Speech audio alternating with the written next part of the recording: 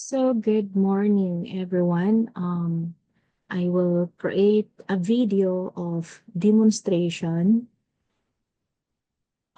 involves in solving the program activity entitled Enrollment System Simulation. So, para para matulungan kayo on how to solve that kind of scenario, no? From getting an inputs to saving an inputs to the array, and then to retrieve those data and show the students filtered by course, and of course showing our students. So let's start. So unang-una, syempre may ni-require ako doon na ipapakita yung welcome to Enrollment System Simulation. So, ito yung bali magiging title natin. So, you know what, class?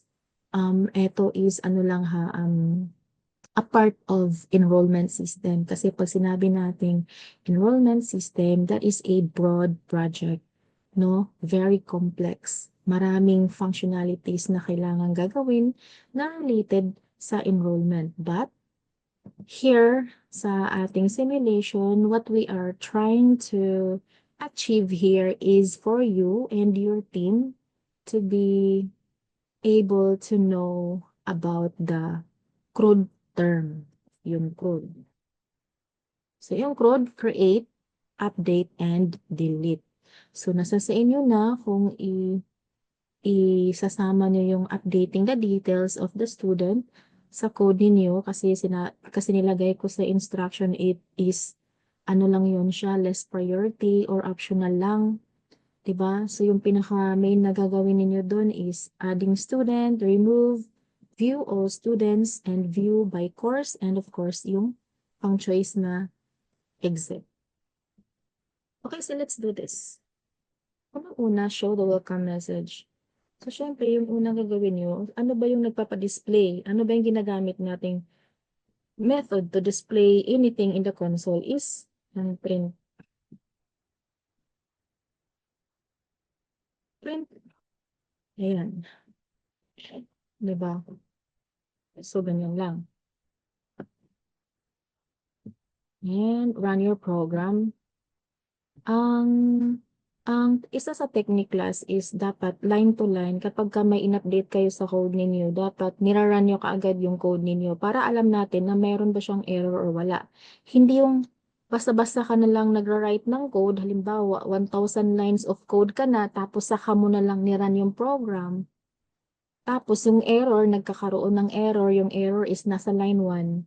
So, mahirap nang i-ano yun, di ba? Ang haba-haba na ng code mo, tapos saka lang nag-run. Saka ka mo lang chinek if nag-work yung code mo. Hindi ganun. So, dapat line per line, or kung may in-update ka kaagad na i-check natin kung yung code natin is working ba talaga. Okay? So, like here, it is working kasi nag-show yung welcome message dito. So, next, ang gagawin natin is, sabi daw dun sa instruction is, isa-show yung menu. So, print pa din yun. Print. Menu. Or you can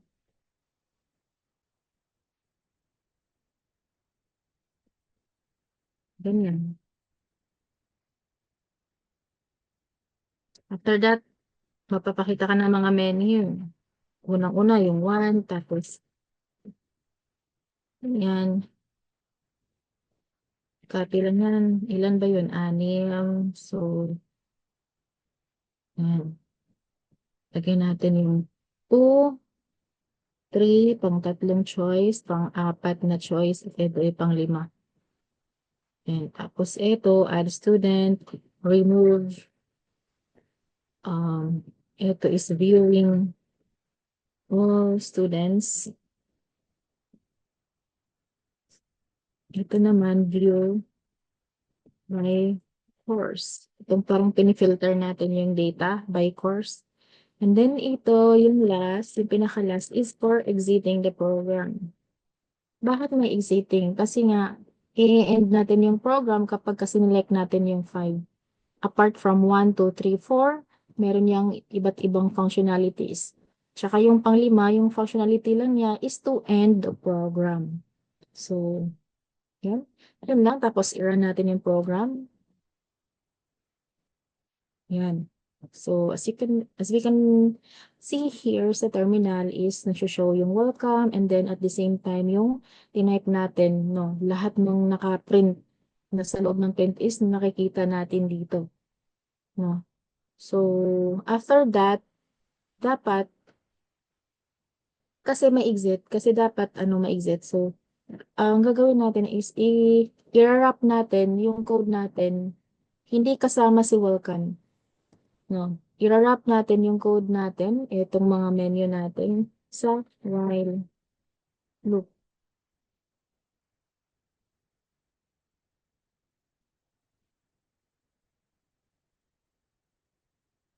Yan. So, kapag wrap na natin siya, nasa loob na siya ng while, meaning, iulit-ulit niya tong i-execute ang print na to. Okay? So, tingnan natin kasi naka-while true tayo eh. So, anong mangyayari? Papakita ko sa inyo. Ayan. Ang nangyayari is nag-i-infinite loop siya. Ayan. Diba? Nag-i-infinite loop siya kasi naka-while true tayo. Tapos, pagkatapos niyang i-execute lahat ng mga code na nasa loob ng while, babalik siya ulit dito kasi it is always true. Right? So, palagi niyang ipiprint to. Every iteration, ipiprint na yan, ipiprint na yan. Hindi natin gaanong nakikita yung resulta kasi ang bilis. No? Ang bilis ng process ng computer natin. So, hindi natin agad, nakikita yung output niya. So, ganyan yung nangyayari. So, hayaan lang yan kasi meron pa naman tayong code sa baba. Dito na tayo gagawa ng conditional statement kasi yung 1, 2, 3, 4, 5 na option is magiging conditional statement to. So, gagawa na yung conditional statement if na pala, mayroon tayong na-miss na after showing the input, ask the user for a choice. So, hingi muna tayo ng input from our user which is asking for their choice. So, ano ba yung gagawin nila dito sa program natin? Whether mag-a-add sila ng estudyante, magre-remove ba, or view all students, or view by course, ganyan. And then kasama si exit. So, ganyan lang. So, iraran natin yung program class. Ganyan tayo mag-create ng program. Iraran natin kaagad. Yun. Oh. Hindi na siya nag-i-infinite loop dahil yung input is ito yung nagiging stop, no? Nagiging stop yung loop niya kasi palaging nangihingi ng input, no? Hindi na siya, somehow it is infinite, but hindi siya katulad kanina na walang nag-i-stop sa kanya. It always print these details, yung menu. So, ngayon kasi kailangan niyang mag-stop dahil nangihingi siya ng input. So, kung i-input natin yung 1, ang mangyayari dyan is babalik yan sa papakita ng mga menu. Ayan. Diba? Kahit 2 ilagay mo dyan, kahit 3, kahit 4, kahit 5, or 1,000, yan pa rin ang nakikita, or negative, yan pa rin yung bumabalik pa rin yung yung mga menu. Yan yung trabaho ni while loop. Inuulit-ulit niya yung instructions, no? Based on the condition. So, palaging true. Kasi naka-true to eh. So, yun, regardless sa anong choice dito sa current na update natin sa program is kahit anong ilagay mong choice, kahit wala dyan sa choices ng 1, 2, 3, 4, 5 is ipiprint pa rin niya to. Kasi wala ka namang ginawa after asking an input. So, dyan na tayo mag-create ng conditional statement. Hindi muna natin siya i-validate. We will do we will check the validation. We will create a validation after sa lahat ng mga main task na gagawin natin, no? Saka na yung mga validation na yan. So, if si choice daw is equal to 1, ang gagawin niya is, um,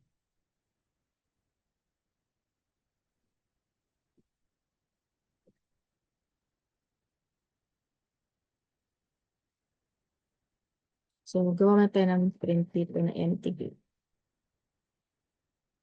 So, i-run natin yung program natin. Tingnan natin ha. Ganyan yung palagi nating ima-mindset natin. Kapag ka may update tayo sa code, kahit kaunti lang, i-run na natin kaagad para matrace natin kaagad kung saan yung mag-error. Enter choice. I entered 2. Babalikin siya sa showing the menu. If we select 3, babalik pa rin. But if we select 1, bumalik pa din. No? We select 1, bumalik pa din siya. Bakit? Kasi, explain ko, bakit siya bumalik? May ginawa na tayong condition here. May condition na tayo na nag-handle ng choice na 1. Dapat ipiprint na yung empty. Hindi siya muna babalik. Parang dapat meron siyang empty line na ipiprint. Wala. Wala siyang empty lines.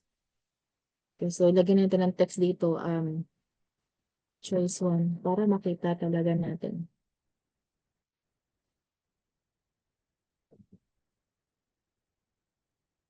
Choice 3, bumalik sa mga menu.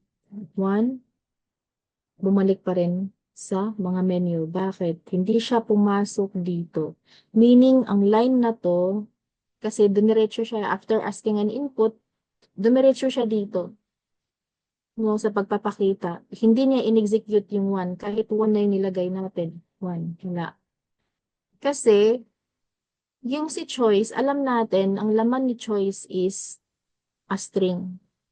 Tapos, sa condition natin, ang ginamit natin is kinumpara natin yung string sa integer. So, hindi pwede yun. Dapat the same sila ng data type bago tayo makapag-compare. Okay, so, ang gagawin natin is we have to cast this choice into integer. So, paano ba tayo magka-cast? Dito na lang natin siya ika-cast. Okay? So, if si integer choice is equal to 1, execute this line. So, let's try to run our code. Enter choice 3, bumalik siya sa sa mga menu. 1, ayan. Nung nilagay na niya ng 1, may kasama ng choice 1, meaning ang line na to, line 15 is na-i-execute na niya. Pagkatapos ma-execute to, syempre babalik na naman yun to print the menu. And it will ask for an input again. Yun yung trabaho ni while, no? While true. Okay? So, pagkatapos ma-execute lahat ng code sa loob ng while, is babalik ulit yun dito. I-execute niya lahat ulit yan. Paulit ng paulit. Kasi true eh. Okay, so, now, alam na natin na yung code natin is working. So, we can add another choice kasi may choice pa tayo. Ano yung elif, in choice,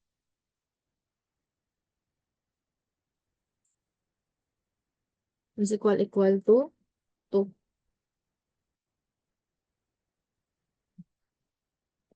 I-print natin yung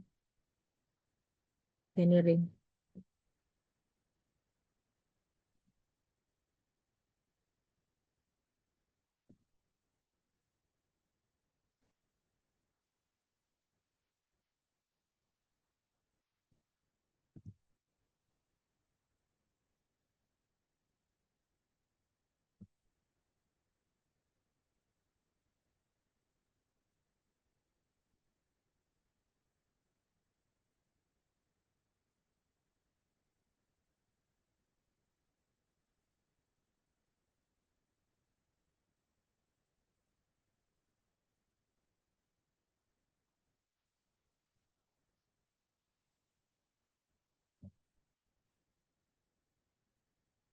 And then yung last is elite.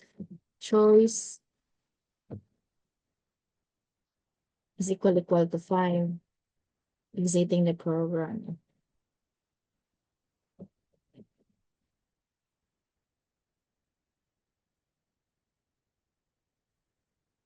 Now, ayan.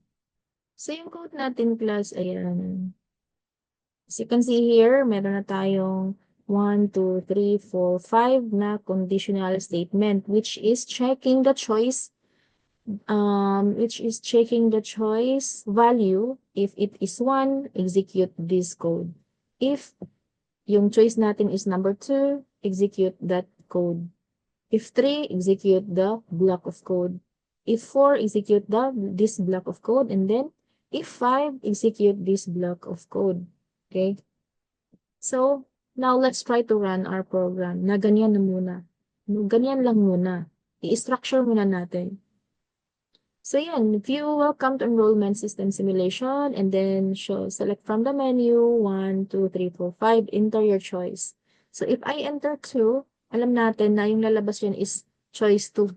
Tapos, babalik ulit sa pagpapakita ng mga menu.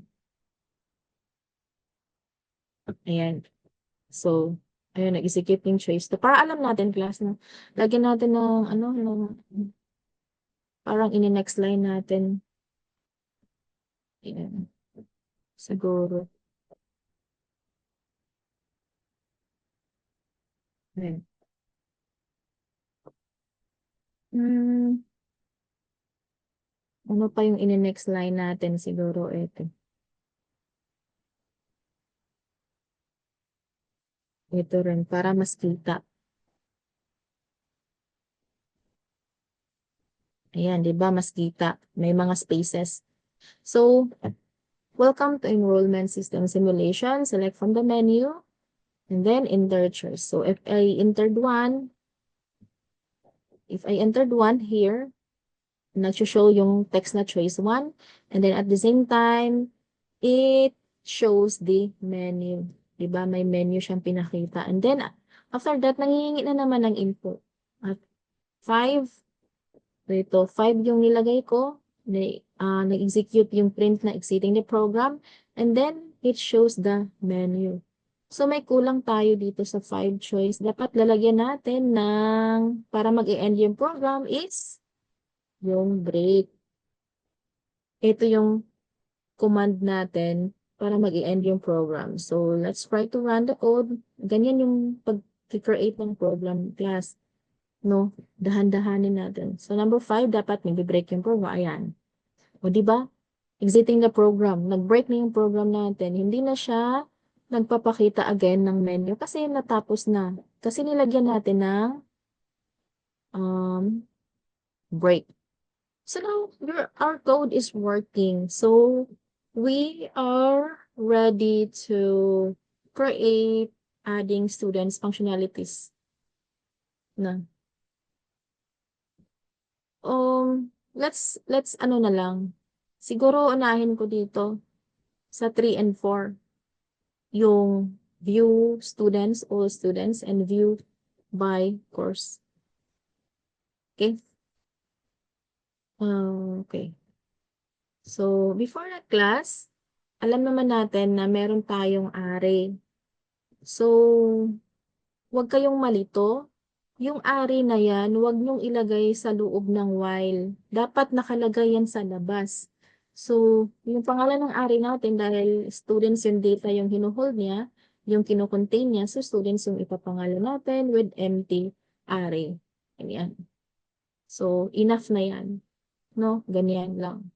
So, mamaya natin lalagyan to kapag manghihingi na tayo ng input from our user, which is adding a student. So, here, sabi ko, unahin natin yung 3. Di ba yung 3 is, yung ginagawa ng 3 is view all students. Din dito naman sa, no, mali. Ba't ako sa 2? Ayan.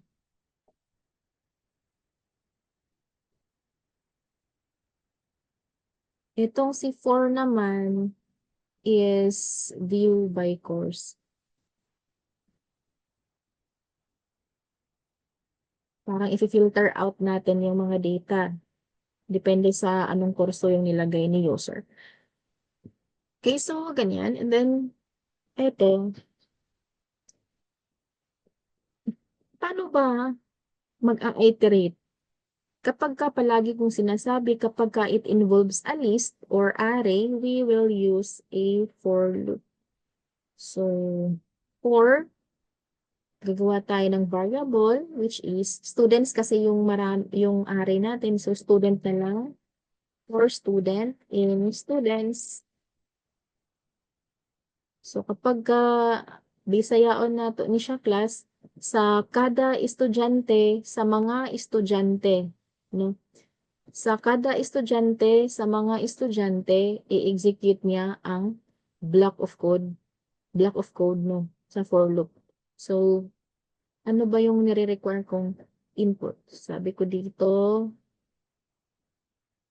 view, ayan, view sa 3, view all students with the following format. Yung una, ganito, no, first name, middle name, last name, comma, age, course, year level. So, ganyan yung pagkaka-structure natin.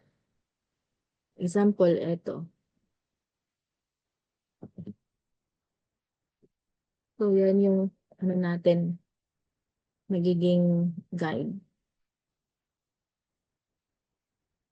So,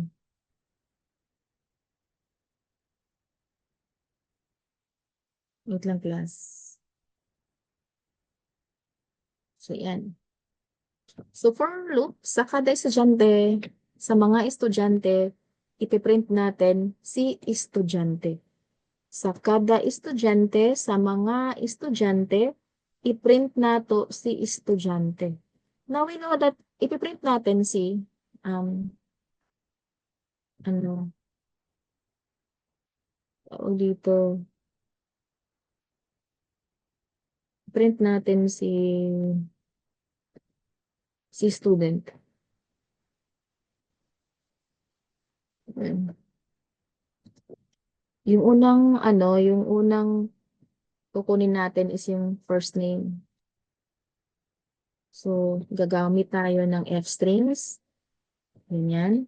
Tapos, ipaloob natin sa placeholder. Ilang placeholder yung first name. Alam naman natin na sinave natin yung eto kasi iba't ibang inputs to. First name, middle name, last name. Tatlong placeholder. So, yung nalagyan natin dyan, syempre tatawagin natin si student. Yan. Now, alam natin na ang laman ng estudyante na yan is ang data ng isang single na estudyante. Ganito ang laman yan, class. Ang laman yan is ganito. First name, kasama ID pala, ID, first name, middle name, last name, age, course, and year.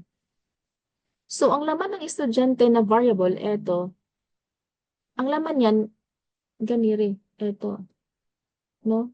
Isang listahan, isang data, no? Na related sa isang estudyante. Yung attributes niya na may ID siya, may first name siya, may middle name siya, last name, age, course, and year. So, yan yung lalabas dun. Kasi, two-dimensional array yung si students. Eto. Nagets? So, students is isang two-dimensional array. Bakit nagiging two-dimensional array siya? Kasi bawat object or bawat estudyante, meron siyang mga attributes. Tapos, yung mga attributes na yun, sa isang estudyante, nilagay natin sa isang array. So, yung array na yan, is inappend natin yan doon kay students. Ganyan. Kapag may laman na yung ano natin, nagiging ganito. Mamaya sa input natin. No, nagiging ganyan. Nagiging ganyan yung laman niya. Although hindi natin siya makikita kasi Saka lang naman nalalagyan yung students na to kapag ka nag-add na tayo ng estudyante. Okay? So, balik tayo dun sa ano natin, yung nagawa. Ayan. So, alam natin na ito yung laman ng estudyante. So, kabalutan na si ID is in index 0. Si FN is 1, 2, 3, 4, 5, 6. Kapag ka inaas kayo na ano yung year level ano yung ID ni estudyante or ano yung first name ni estudyante sa list natin. So kapag ka pinapakuha yung value sa inyo, so tawagin niyo si student with, saan si first name? Ayan, 01. So first name, bracket, 1. Yung eto, student bracket 1 is nagre-refer ka dito sa first name. Ito naman, sa 2, nagre-refer ka sa middle name niya. Ito naman, sa 3, nagre-refer ka din sa last name niya. So, meron na tayong, makakabuo na tayo niyan ng Jasper Persacala Caños example, no? Yung full name niya, mabubuo na natin siya by having these 3 data na nanggagaling sa list natin. Na meron pang, nilagay natin age 20. So, after that, comma, di ba?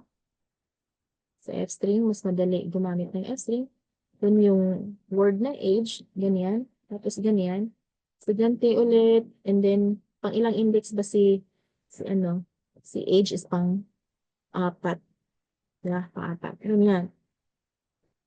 Next, meron pa. Comma. No. Course. Parang gusto kong gawin to sa class. Naiinis ako sa yung lumalabas ng mga suggestions. Ililipat ko na lang to sa online GDB. So, wala na lang. So, course, ganyan. Estudyante pa din. Tapos, nare-refer ka sa pang 5 na element. And then, yung last is, nakakasar talaga. Yung last is, oh my gosh, yung year level.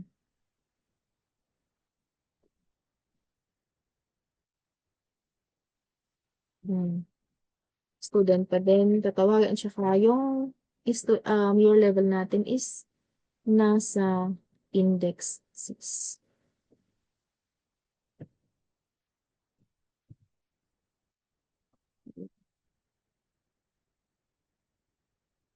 Okay? So, 1, 2, 3. That is for the full name. Yung age natin, yung course, and then yung year. Huwag yung kakalimutan, class, na kapag gumamit tayo ng F-strings, yung magiging container ng mga variable natin or data, each data, dapat nakapaloob siya sa curly brace. Ganito, di ba? May curly brace. May pares na curly braces. Kung i-run natin yung program na to, we'll see if it's working.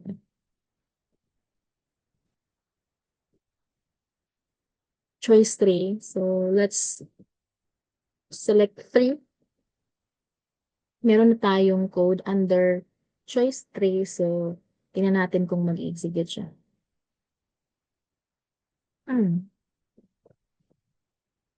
Wala. Walang nangyayari ba? Okay. Bakit walang nangyayari? Try natin mag-print dito. Let's forward again. Hintay ng anything para alam natin lang if pumasok ba siya dito sa 3 or hindi. Okay. Oh, okay. Pumasok siya. Okay.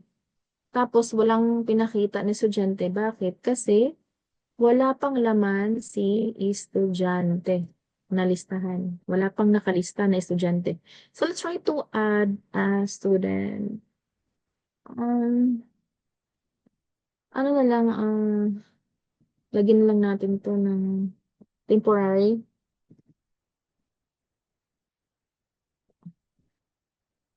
Temporary data. Temporary data lang muna.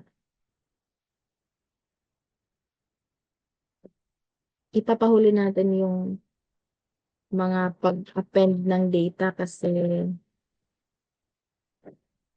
ano, mahaba-haba yun. So, ganyan. Run natin yung program natin. 3. Yun. So, may nag-print, no? FNMN, LN, comma, age, course, year level. So, meaning to say na nag-work yung, ano natin, nag-work yung code dito. Pero, yung for loop, walang in-execute kasi walang laman kanina. So, meaning, alam natin na nag-work na siya. So, let's try to erase this one.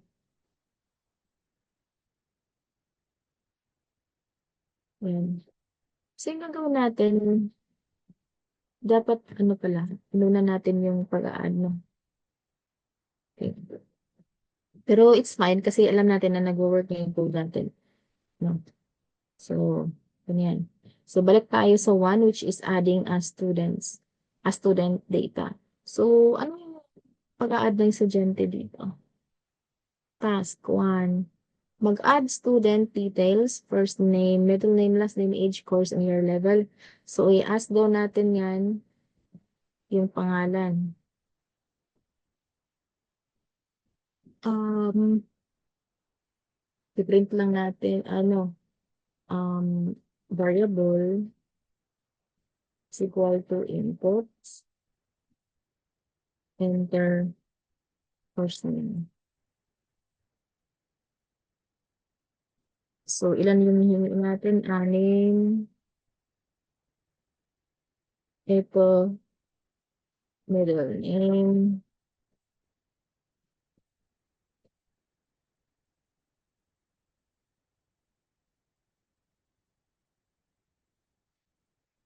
Course, year level. Dito naman, papalitan natin yan ng mga prompt message. Ito yung magiging silbing guide ni user kung ano na yung kailangan niya i-input. Whether that is age, last name, or middle name ba yung ilalagay niya or para alam niya. So, yun. Tingnan natin kung ano.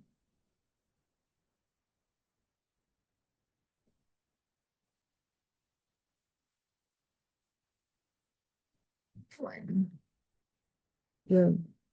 Pag enter natin ng 1, meaning pumasok siya adding student, no, sa choice no 1. So, nagpapakita na yung getting an input mo from the user sa first name. Then, let's say we wrote Nami, middle name, last name, age, course, and their level. Okay, so, na meron na tayong 6 na inputs. And then, di ba itong inputs na to is isi-save natin to sa students. So, yung format niya parang baga ganito. Dapat yung first name,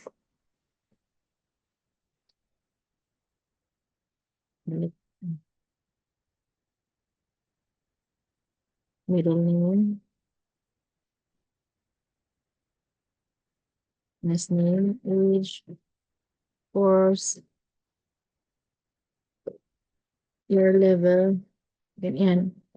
So, i-add natin siya sa dito. Ayan. I-add natin siya sa students, i-append na ganito yung format niya. So, paano ba yun? Tatawagin natin, di ba? Sabi ko, tatawagin lang natin yung pangalan ng list, dot append. Ganyan.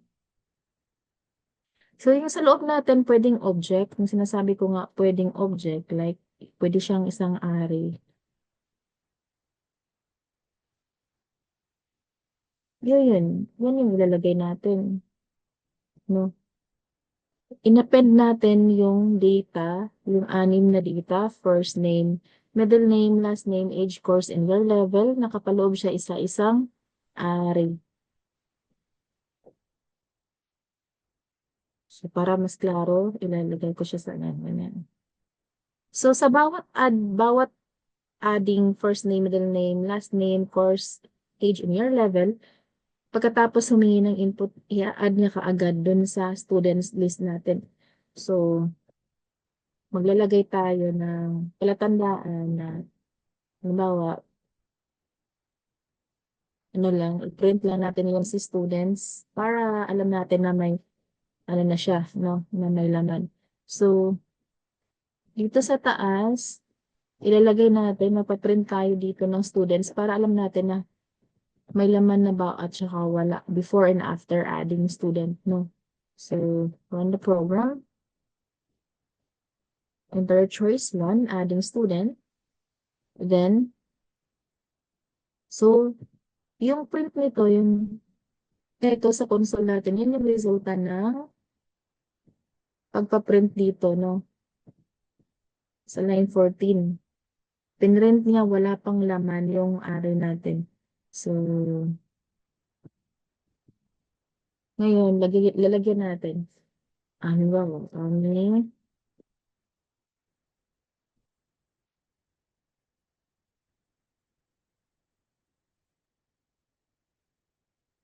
so yan. So, after taking an input, pagkatapos ng year level, nag-print yung laman ni estudyante na listahan, yung listahan. So, eto na yun, in line 29. So, meaning, yung students that append is really working. Okay? So, let's try to add more. Let's try to add more. Select tayo ng 1. Mag-double-double na. Yan, 1. So, next is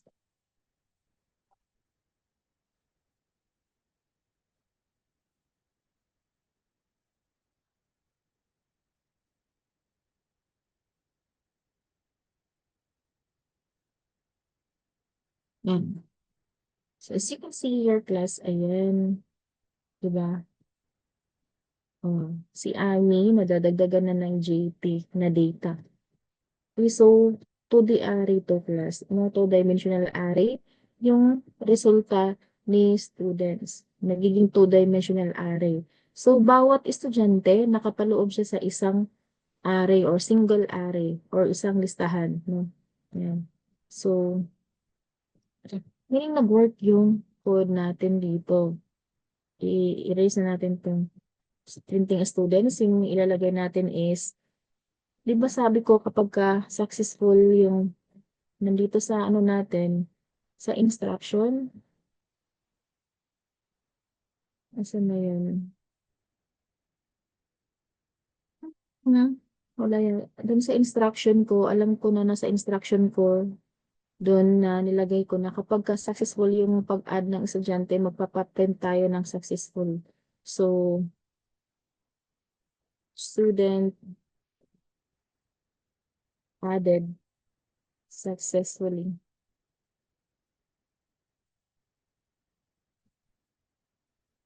Yan. So, alam natin na may laman na si student, no? Malalagyan na siya dahil dito sa code na to. So, meron na siya. So, tapos na yung adding students natin. Pero wala pa tayong mga validations. So, like I said, mamaya na natin i-check yung mga validations na yan. So, ang importante, nakapag-add na tayo, no? So, yan lang muna. Then,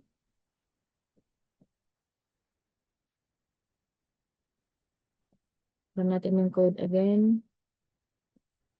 Try natin ang 2. Choice 2, which is removing. Ang mangyayari is, wala pa, no? Nakalagay pa lang yung choice 2 print. Kayo yung, kasi yung sa loob nito ng ating choice na conditional statement, which is 2, is eto pa lang yung nasa laman niya, nasa loob niya. Okay, so if we will try to add 3, yung mangyayari dyan is wala pa rin kasi, ayan, kasi walang laman. Pero may for loop na tayo dito. Pero walang laman yung estudyante natin. Kasi nilan ko siya ulit. So, when we talk about 4, it will show the choice 4. Okay, so, kung 1, so it will ask a first name. So, lagyan natin JT, Pahilog, Terminal 18, is 18, first year. Yan. So, yun. Student added successfully. So, after nito class, tingnan natin. Tingnan nyo. Bumalik siya dito sa paghihingi ng choices. Meaning, every adding student, mag-i-enter muna siya ng choice again, which is adding, saka siya makakapag-write ng pangalan ng estudyante.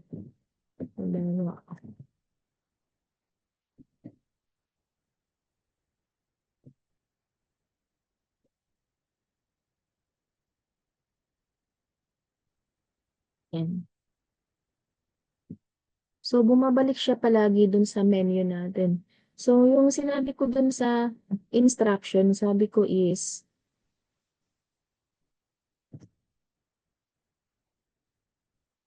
sabi ko, pag add sa estudyante, keep as the user to add student or type done to exit. If the user entered done, the program will go back to showing menu. So meaning, hindi siya babalik sa menu kapag ka mag-a-add ng estudyante. Kailangan muna na yung sa pangalan, halimbawa sa first name tayo, kapag ka nilagay na yung done as first name, saka siya babalik sa menu. No? So, first we are going to do this. Kailangan lang natin tong ipaloob sa isang while.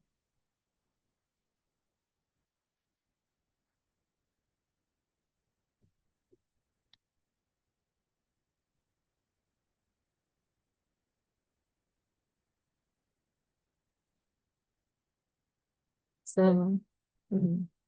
Tapos, si first name, yung prompt message, lalagyan natin ng or type done to edit.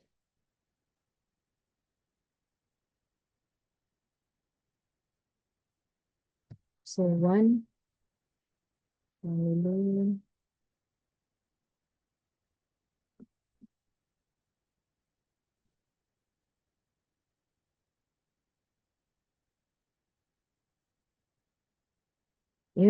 Diba? Nanghihingi na siya ulit. Enter first name or type done to exit. Student added successfully. So, nanghihingi siya ulit ng pangalan. Hindi siya bumalik dun sa pagpapakita ng mga menu. No? Diretso siya sa paghihingi ng student details. So,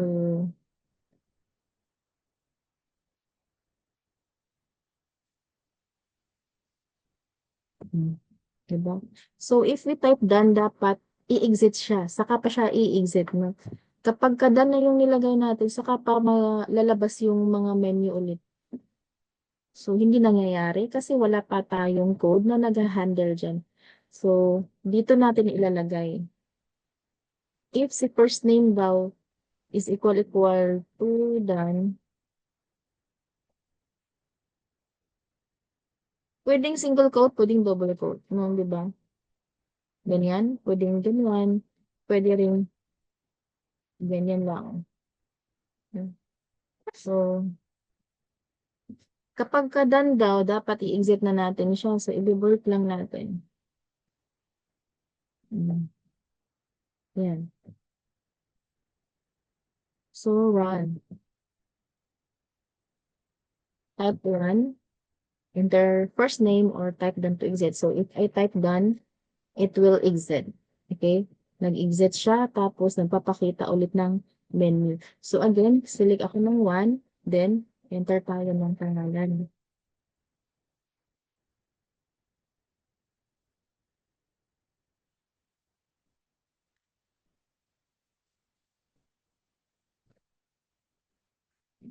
enter first name again, or type done to exit. So,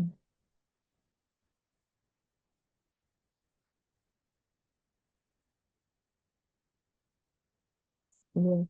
So, again, name na naman, Jasper Jaden. Tapos, second year. Tapos, ano tayo ulit? Si Joseph. Yan, so, yes, course. Yan. Kapag pagkatapos ito ng done, it will exit the inner loop. Yan yung nangyayari. So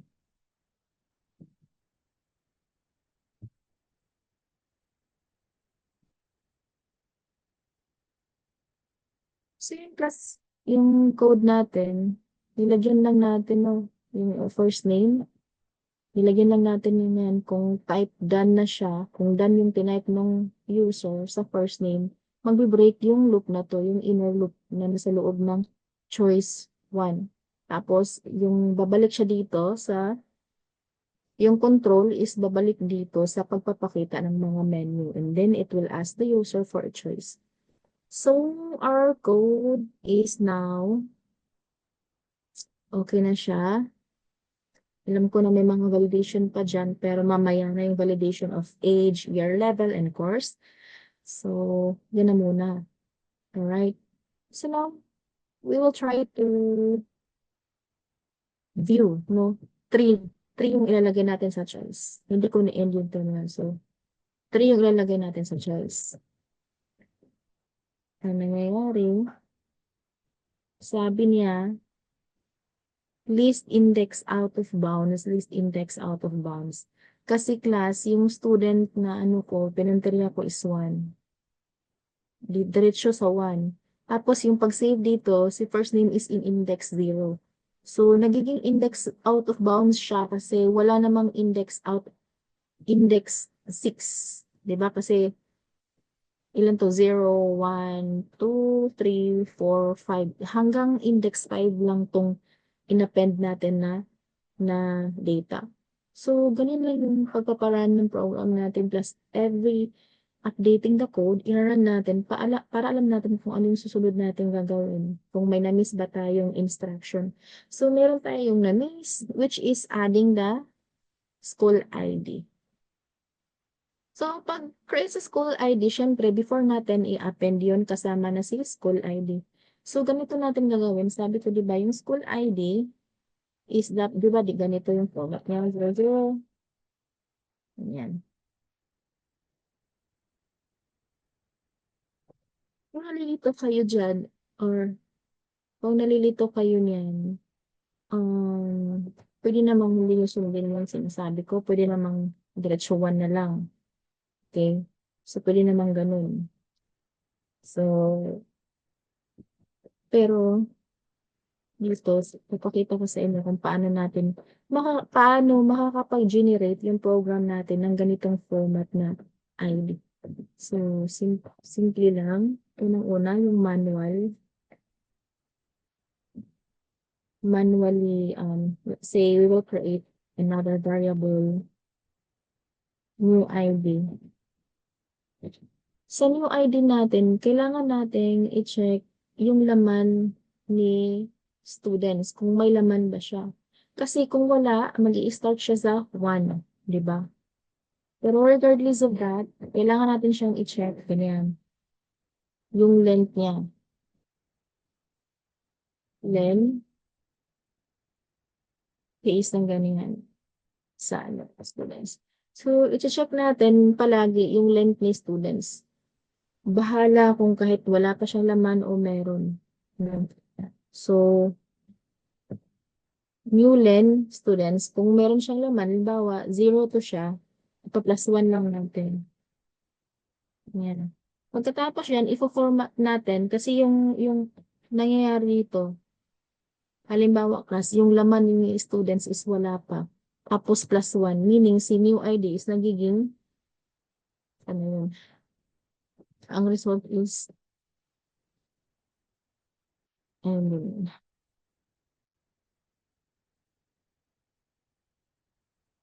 meaning 1, no? Meron tayong na-generate na ID na 1. Halimbawa, si students is may laman na siyang 6, tapos nag-a-add si estudyante, 6 plus 1, nagiging 7. So, eto yung magsisilbing running numbers natin sa ID natin, no? So, meron na tayong running number, and then yung kailangan lang natin i-add si ID. So, pwede natin siyang ganito rin, gamitan natin ng format. Pwede natin i-update si ID. Pwedeng ganyan, ha? Tapos, palabas siya sa Xstream. Tapos, ganyan. New ID, colon, 05. Tapos, dito ilagay natin sa nasa unahan si new ID.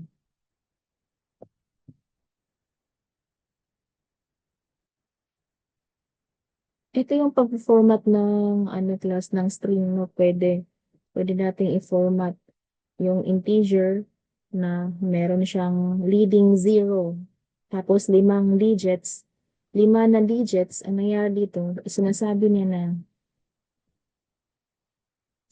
na 5 numero, 5 digits. 5 digits. Tapos, 5 digits lahat. Tapos, yung nasa unahan is mga 0.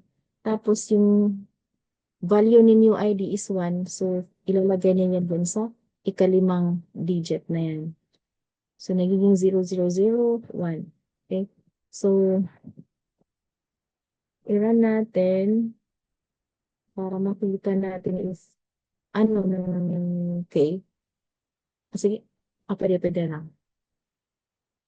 Ano, huwag na muna. Ipiprint muna natin para alam natin na nag-a-append ba talaga yung na nag-work yung ID natin.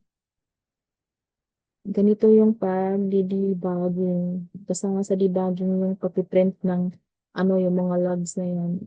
So, para alam natin kung ano yung output niya. Kung na-add ba yung ID dyan. Kung tama ba yung ID. So, enter choice, add student. Then,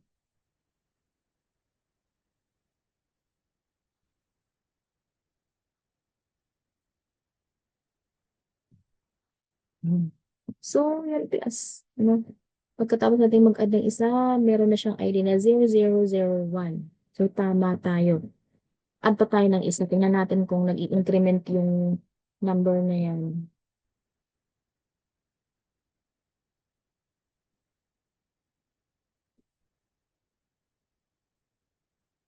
Na-double click ko. So, nagiging 2 yung ID. So, meaning tama. Okay? Tapos, ano pa? Isa pa.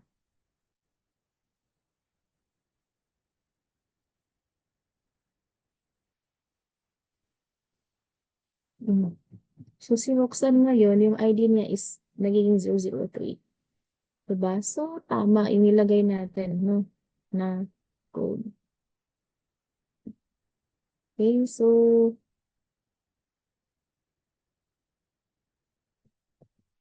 yan na class. So, ganyan lang kasimple yung kapag gumagawa tayo ng running numbers. So, i-exit na natin done para babalik siya dito sa menu. Tapos, itatry natin yung view all students kasi may code na tayo to handle that. Diba? Yan. To show all students, i-leave in 3 choice. 3. Iniisa-isa niya yung estudyante. Then, pinapakita yung ano. Okay, so, i-add muna natin dito yung ID.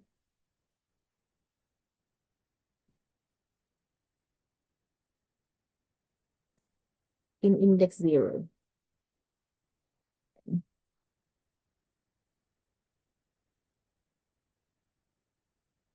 So, choice, hindi pa, choice 3. Ayan class, nung tinap yung choice 3, lumabas yung mga pangalan na naka-format dito kanina.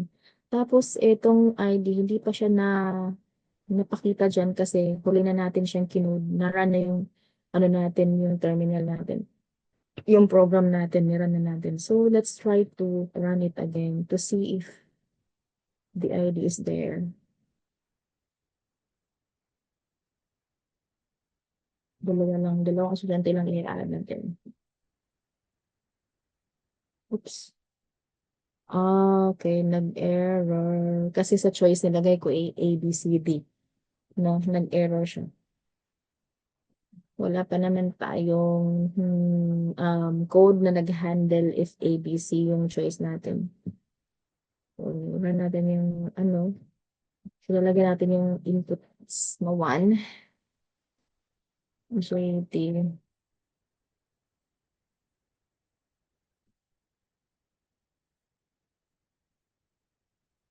again.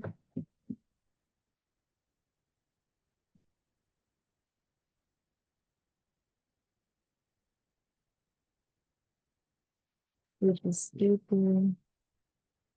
BSIT 1. Yan. So, done. Meron na tayong dalawang estudyante. Done na tayo. And then we'll try the choice 3. So, kapag ito sa choice 3, nag-enter tayo ng choice 3 here. After adding sa estudyante,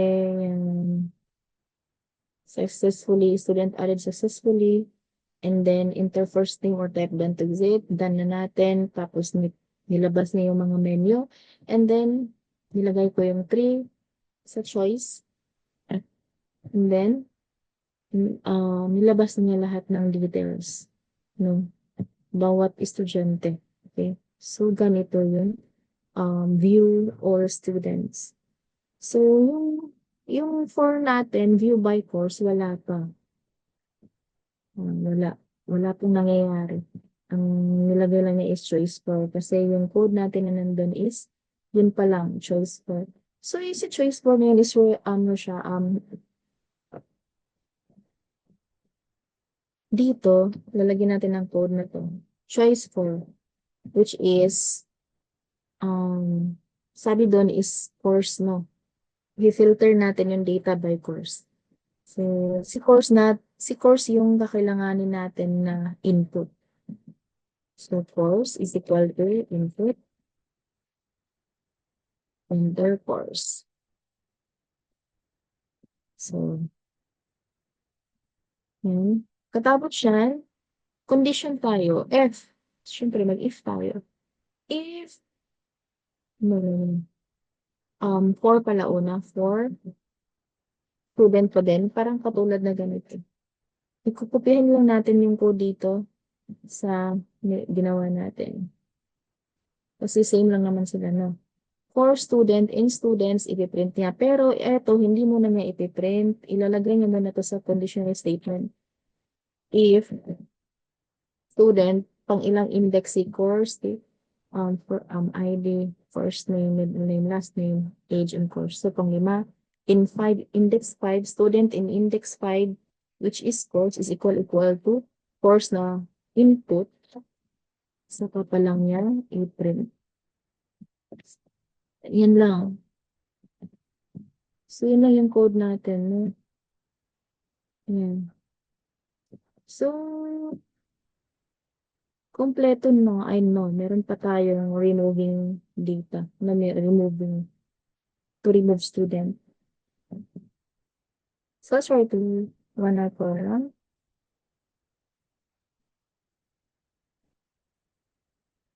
Oh, enter choice, which is 1. Add muna tayo.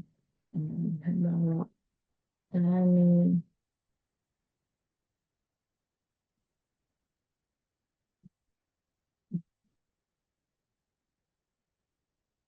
um,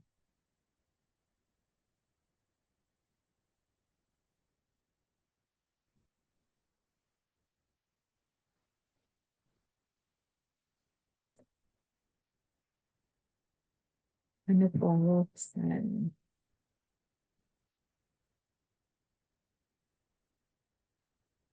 Dalawang BSIT yung ilalagay natin.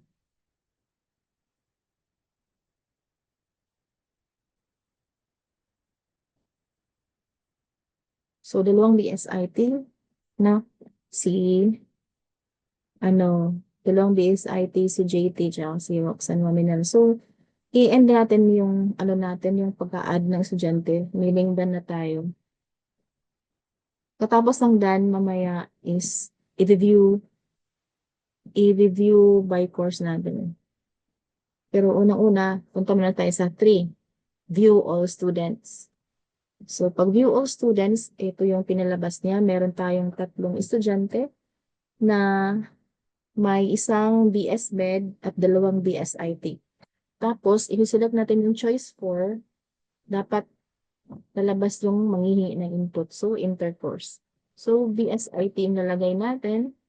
Dapat yung lalabas dyan is yung 2 estudyante lang na related sa BSIT or kumuha ng BSIT. Yun. So, sakto yung data na nakuha natin. 2 lang kasi 2 lang yung BSIT. Tapos, if we type 5, exiting the program. So, yun yung natin, yung flow ng program natin. Okay na yung code natin, no? Yung lang, hindi pa natin nagawa is yung choice 2. Yung si choice 2 is to remove a student. Ganun lang din yung gagawin natin. I-identify natin, parehas dito kay 4. Copy natin dito sa choice 2. Manghihingi tayo ng school ID.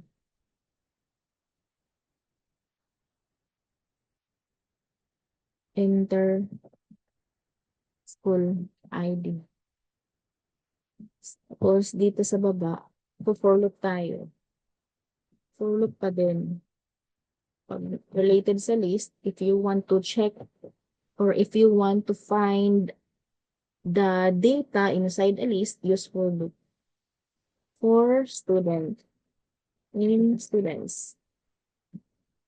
Ganun din. So, conditional pa din. If si student, yung school ID, di ba, nasa index 0. So, 0. If student in index 0, which is school ID, is equal to input school ID.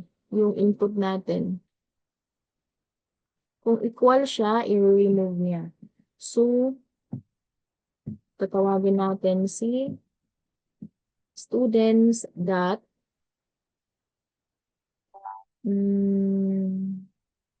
pwede natin remove. Tawag tayo ng remove. Ganyan. Tapos, yung i-remove natin yung buong data ni estudyante. Dito, di ba? Di ba sabi ko yung laman nitong student na variable na to is yung kabuuang listahan ni estudyante ng isang estudyante na mayroon siyang ID, first name, middle name, last name, age, course, year level. Okay, so yun. Pagkatapos, break na natin kaagad. Kapag nakita na niya yung ID, nakaparehas ng ID na nilagay natin dito sa input, ang gagawin niya is i-loop niya yung laman ng listahan, tapos kukunin niya yung ID, i-compare niya sa ID na nilagay ni user, tapos i-remove niya yung estudyante na may ID na iyon. Okay? Tapos i-break niya. So, add muna tayo kasi parang meron tayong remove. Let's try to add 5 student.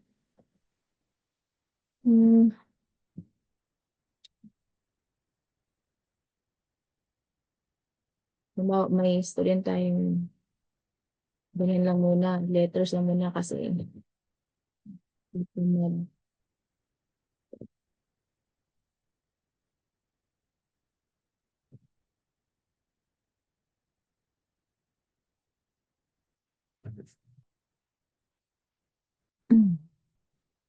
so, and try age 18 and BSIT. 1. So added successfully another student. Say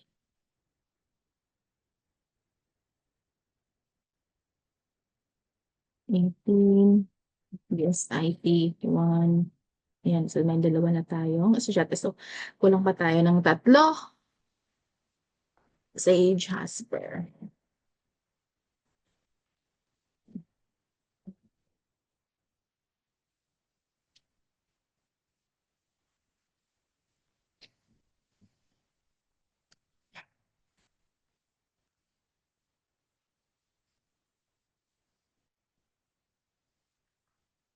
Ayan, may tatlo na. So, at tayo ng dalawa. Okay, so, let's see. When Edna Gakutan 18 BS Med first year. Isa pa, ano bang, si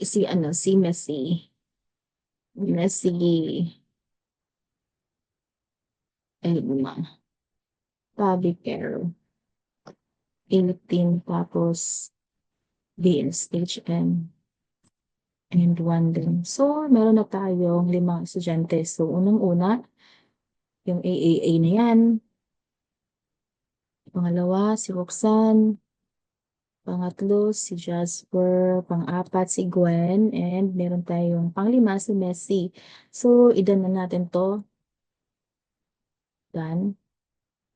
So, pagkatapos na, alam natin na may 5 estudyante na tayo. So, let's try to um, view all students in choice 3. Okay, so we have here the list, no? May 5 estudyante. Tapos, view by course tayo in choice 4. Okay, so yung course is BSIT lang yung papakita natin. So, ayan. So, meron tayong 3 estudyante na yung kinuha is BSIT. Now, let's try to remove, no? I-remove natin yung isang estudyante, si 0001. Then, try natin i-view all student to check if na-remove ba talaga si student 1. So, yung remove student is 2. Choice 2, enter, then manghihingi ng school ID. So, yung school ID is 00001. Enter. So, enter school ID pagkatapos is bumalik siya sa selecting menu. Kasi wala pa tayong nilagay na mga code after removing, di ba? Binrake lang natin. So, try natin yung view all students. So, as you can see here, class, yung lahat ng estudyante natin kanina 5, nagiging 4 na lang kasi inalis natin or na-remove si 0001. Okay, so yung code natin is really working. It is working fine, and yung sa view by course lang, sa remove student, kailangan natin maglagay ng deleted successfully, no? Here. Before natin i-break, ganyan, papaprint muna tayo ng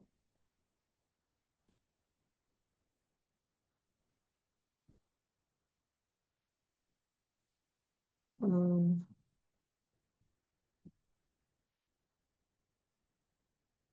ano ba yun?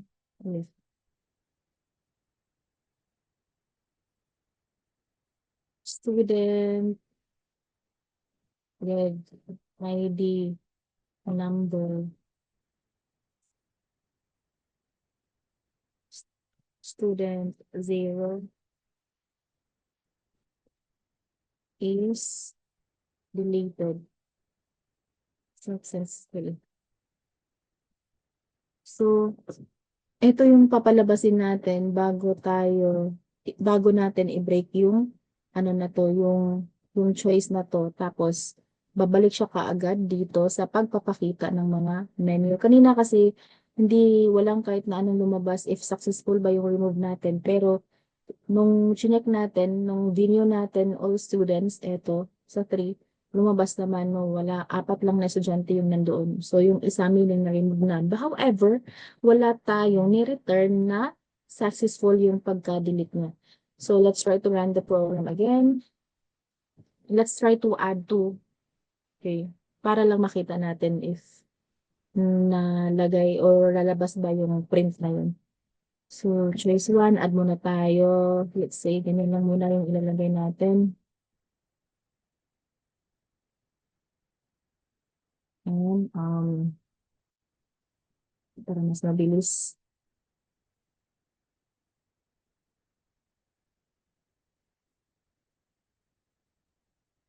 Lagyan mo, isa pa.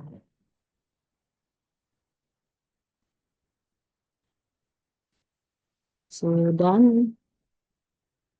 View all students. So, meron tayong 3. View by course. Tingnan natin if nag-work ba din. Yan, merong 2 BSIT. Now, we will try to remove. Choice 2, remove the 00. I-remove natin si first student, si A. Okay, so ayan na. Student with ID number 0001 is deleted successfully. So, i-view natin para makita na wala na si A. Ayan. So, yung remaining students is 2 na lang. Nawala na yung kanina, no? Saan na yun? Eto. Yung CEO na pinakaunang estudyante. So, yung natin program is really working fine. Now, let's try to input. I-end ko muna to and then I will try to make another video for it. No, sa mga validations. Okay, so that's all class. Yung technique, yung pag-develop ng program is dapat hinahinayan lang, no? Depende sa mga tasks or activities o mga functionalities na kailangan nating i-add. Isa-isahin lang natin yun. Okay, so yung mga validation na yan, after na yan, kapag ka na-structure natin yung code natin. So that's it. That's it. Bye-bye.